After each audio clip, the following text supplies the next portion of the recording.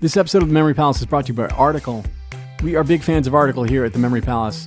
This room of the palace, the ballroom where I'm sitting right now, it's palatial, trust me, is lit beautifully by a legit beautiful lamp from Article. This stuff is of extraordinarily high quality.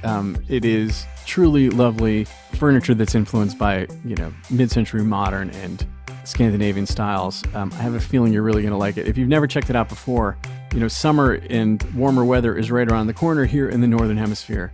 And they really have fantastic outdoor furniture. It's totally worth checking out. Go to article.com and take a look.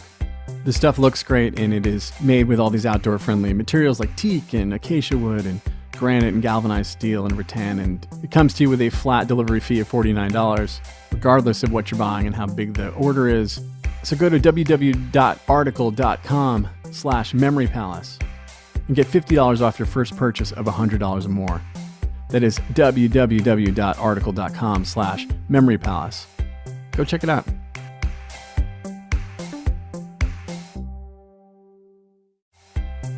I'm excited to tell you guys about a new sponsor that solves the underlying problem of furniture shopping, which is you look at the stuff online and you have no idea whether it's going to actually work in your room. Well, say hello to Modsy. With Modsy, you can see new furniture in a 3D model of your actual room and redecorate it until you get your room just right. You're going to send Modsy a few photos of the room, you're going to answer a short online style quiz, and that's it. Then you have this sort of 3D model of your room, and then you can take furniture that they have from all these great partners, like Crate and Barrel and West Elm, and spin them around, and you can see exactly how they're going to look in your space. And there's no more, crossing your fingers and just hoping it's going to fit, or crossing your fingers and just hoping that the colors aren't going to clash. You can swap stuff out until you find just the right thing you're looking for. So head over to modsy.com/memory and you can get yourself a 20% discount on your first room. That's modsy.com/memory.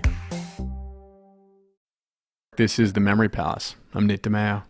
In a word of warning, this is our annual Halloween episode, and it gets grim. A man walked home from work through a graveyard. It was late, and it had been a long day. The man was a verger, a layperson who helped the ministers perform their ceremonies in the dark stone church that loomed beyond the cemetery wall. He would light candles for holiday services. He would draw the water with which babies would be anointed and brought into the light of the Lord. And he'd help bear the coffins of the dead parishioners, as he had that day.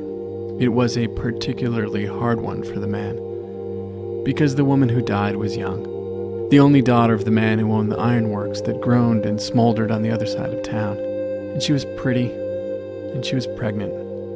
And they buried her in the ground in the late afternoon as the spire cast a long shadow across the churchyard. And that night, as he wove his way home through the headstones, the man thought he heard a ghost crying in the darkness.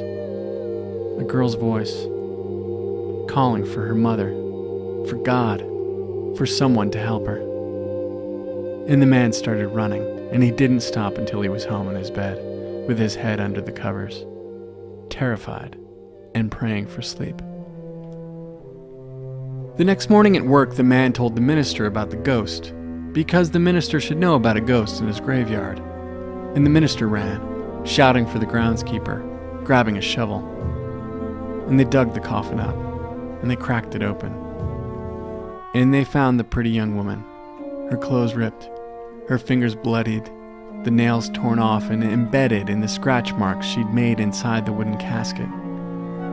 And they found the baby she had born right there in the coffin, after she'd awoken to find that she'd been buried alive. Neither mother nor child survived. That's a true story, and one that people read often in the 18th and 19th century, one that kept them up at night. One of dozens of true stories of people accidentally being buried alive. This is what scared them. To have some doctor pronounce them dead when they were not. And then to wake up in a pine box 6 feet below the ground. To claw at boards until the oxygen ran out. Or the dirt came in. Like in the story they read about the butcher in London, who was interred when his heartbeat had grown too faint to hear, but whose cries were heard from beneath the ground, though not in time. He died just before his family managed to dig him up again. He'd shattered his skull trying to smash his way through the casket. Or the story about the man who had buried his young wife, only to be approached after the funeral by a mourner whom he had never met, and said she'd been there one day when the girl was taken by a seizure, and everyone was sure she'd died, until she sat up in bed. And they'd read how, upon hearing this, the man ran to the cemetery and demanded that his wife be exhumed, and they read that he'd found her dead, but from fresh wounds. She'd torn out her hair and gnawed off 2 of her fingers in the confusion and panic that comes from finding yourself in a box in the dark in the ground. And so they were afraid. And the fears of these readers were justified. This actually happened to people. Kind of a lot. Studies from 19th century doctors and alienists and anecdotes from grave diggers and funeral home operators suggest that somewhere between 2 and 10% of dead bodies back then weren't actually dead. Doctors just didn't know what they were doing. They didn't have EKGs or EEGs. They didn't know what a coma looked like, or a seizure, or reversible vegetative state, or an opium stupor. And so they made mistakes. And so people got buried alive. And people went to great lengths to make sure they wouldn't be. They placed crowbars inside coffins, bells to ring, bread to eat. They invented caskets with ventilation, with linings of silk and soft fur, crude motion-detecting devices, door handles on the inside, escape hatches. Some people put special instructions in their wills. They wanted to have the soles of their feet cut after they'd been declared dead, or have a needle stuck between their ribs.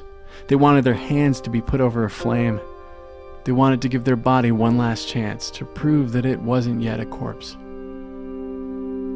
Because who wouldn't be afraid of being buried alive? And who wouldn't be afraid of burying someone else alive? For all of the horror of being the person in the box, suddenly recovered, suddenly awoken, not dead yet, on their back with no room and no light and no air and no way out.